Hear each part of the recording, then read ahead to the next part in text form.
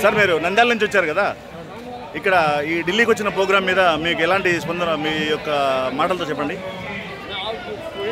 ఉమ్మడి తెలుగు రాష్ట్రాల్లో వెనకబడిన తరగతితో పాటు దేశంలో ఉన్నటువంటి బీసీలకు సంబంధించిన జాతీయ హక్కులను 33 రిజర్వేషన్తో పాటు 50% పెంచాలని తీసుకున్న నిర్ణయం మేరకు జాతీయ బీసీ సంక్షేమ అధ్యక్షుడు ఆర్ కృష్ణ గారి నేతృత్వంలో ఆయన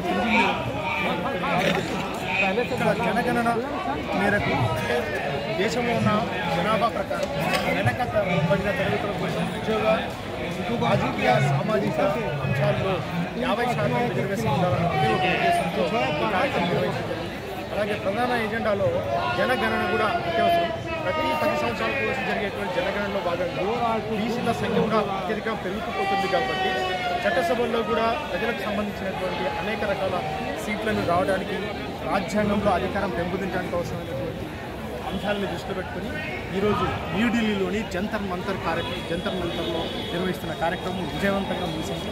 అనేక ప్రాంతాల నుంచి వేలాదిగా తరలి వచ్చి ఈ కార్యక్రమాన్ని విజయవంతం చేశారు.